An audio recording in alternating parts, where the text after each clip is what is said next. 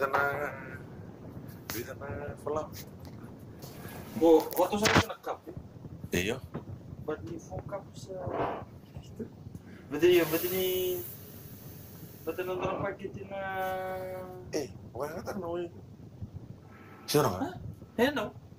Oh my God. Karami mo na po. Ba't ni... Kung dapat paket na? Iyo. Paket mo? Ito 4 teaspoon. 4 teaspoon is. 4 teaspoon flour. 4 teaspoon is. Paket yun. Okay. Berarti kaya kung tanong cup flour is equal to 1 teaspoon is. Waktu sana nanong muda bunyi flour. Oh, yung 1 packet is 4 teaspoon. 4 teaspoon. Equal to 4 cups. Oh, yeah, okay. Flour. Kaya kaya 5 teaspoon. You know? 5 cups flour. Bale 10 teaspoon. Yes. Siya, 5 tang. 5 cups flour, 5 teaspoon. 4 cups flour, 4 teaspoon. Oh, yeah, okay. Ocha. Sugar. Sugar do tu ni 1 cup. Iya. 1 cup sugar. Say less than 1 cup for 4 cups flour.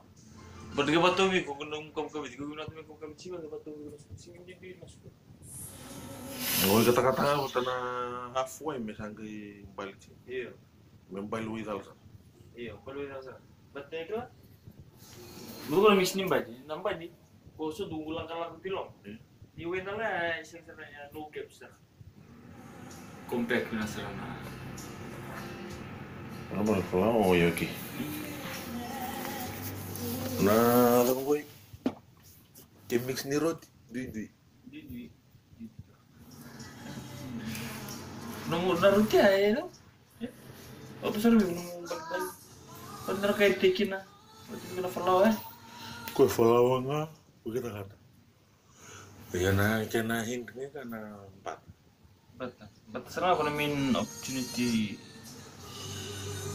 main source of information. Isa. Basta na kayo narangan na pa,